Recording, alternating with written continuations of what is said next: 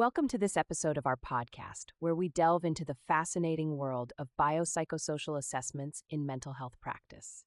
Today, I'm excited to share insights from the course titled 6 CE Hours Conducting a Biopsychosocial Assessment Training, offered by Therapy Trainings.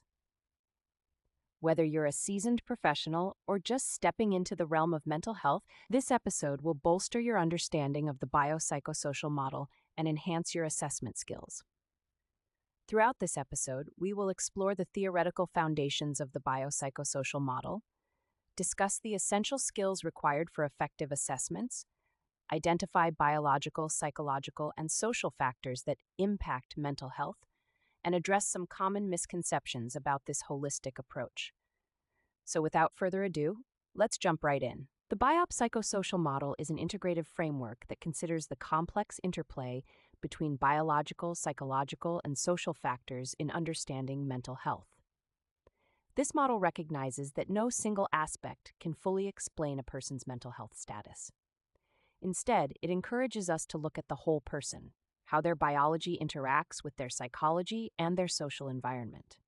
Imagine a client coming to you with anxiety. If you only focus on their psychological symptoms, such as racing thoughts or avoidance behaviors, you might miss important clues regarding their genetic predispositions, medical conditions, or the stressors in their environment, such as family dynamics or cultural expectations. This holistic approach allows us to develop a more comprehensive understanding of the client, leading to more effective treatment plans. One of the key objectives of the course is to develop skills in gathering comprehensive biographical, psychological, and social information through structured interviews and standardized assessment tools. So, how do we do this effectively? First, let's talk about structured interviews. These are essential in ensuring that we cover all necessary areas in a client's life. A well-structured interview typically includes questions about the client's current mental health symptoms, their medical history, family background, social supports, and any stressors they might be facing. By utilizing a structured format, you're not relying solely on memory or intuition. You're making sure you cover the bases. Now, it's also vital to use standardized assessment tools alongside your interviews. These tools can provide quantitative data that will supplement your qualitative findings. For instance, using a depression scale can help you quantify the severity of a client's symptoms, which can be crucial for treatment planning. This blend of qualitative and quantitative data helps create a comprehensive picture of the client's mental health.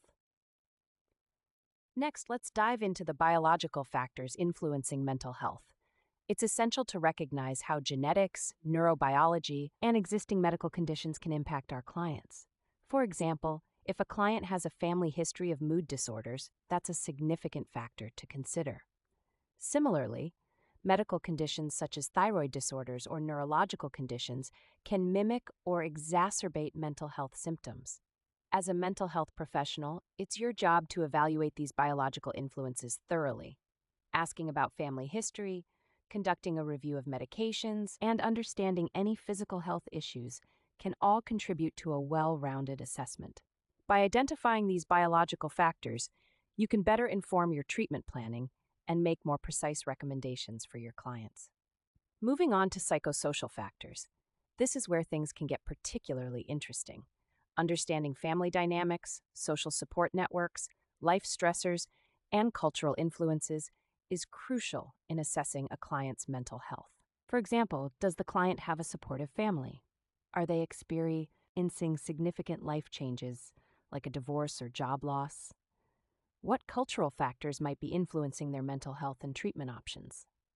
These questions are not just academic. They're essential in creating a client-centered approach. A client's context matters tremendously. Imagine working with a client from a culture where mental health issues are stigmatized. Understanding this cultural background can guide your approach, helping you to remain sensitive and respectful while still addressing the core issues at hand. Now, let's talk about synthesizing the information. Once you've gathered all this data, how do you put it together into a coherent and comprehensive diagnostic impression? The ability to synthesize information from various sources is a skill that can take time to develop, but it's absolutely vital. Start by identifying patterns across the biological, psychological, and social aspects of the assessment. Are there themes that emerge? For instance, if a client has a genetic predisposition to anxiety, combined with significant life stressors and poor social support, you can see how these elements interact to create their current mental health status. This synthesis allows you to formulate a thorough diagnostic impression and consider differential diagnoses effectively. Ethical and cultural competence principles form another cornerstone of conducting biopsychosocial assessments. Respecting client autonomy and confidentiality is non-negotiable. It's essential to create a safe space where clients feel comfortable sharing their thoughts and experiences.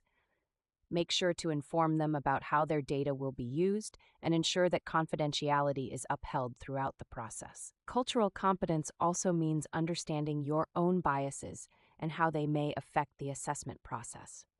It's crucial to be aware of any preconceived notions you may have about different cultures or lifestyles.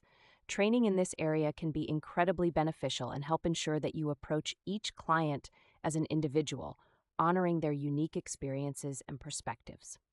Now, let's take a moment to address some common misconceptions related to biopsychosocial assessments. One misconception is that this type of assessment is only necessary for clients with complex needs or multiple diagnoses. However, the truth is that every client can benefit from this holistic approach, regardless of their presenting issues. Another misconception is that the biopsychosocial model is merely a checklist of factors to consider. While it is essential to cover various aspects of a client's life, the model is not simply about ticking boxes. It requires you to engage in a thoughtful and reflective process, synthesizing information and recognizing the interplay between different factors. So how do we overcome these misconceptions in our practice? Start by normalizing the biopsychosocial approach within your professional community. Share success stories from your practice where this model has made a difference. Education is key. Consider hosting workshops or training sessions that emphasize the benefits of comprehensive assessments. As we wrap up this episode, I want to leave you with some thought-provoking insights. The biopsychosocial model is not just a theoretical framework.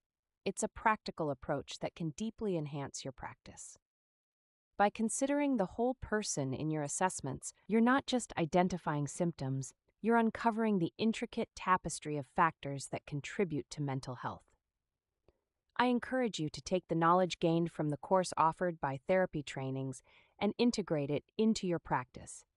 The more we can appreciate the complexity of our clients' lives, the more effective our interventions will be. As you continue your journey in mental health, remember that the biopsychosocial approach is about fostering connection, understanding, and empowerment. It's about seeing the person behind the diagnosis and using that insight to guide your treatment planning. For more courses and training opportunities, be sure to visit therapytrainings.com. There you can find resources that will not only enhance your knowledge, but also support your professional growth. Thank you for joining me today. I hope this discussion has inspired you to embrace the biopsychosocial model in your assessments and practice. Until next time, take care of yourselves and your clients.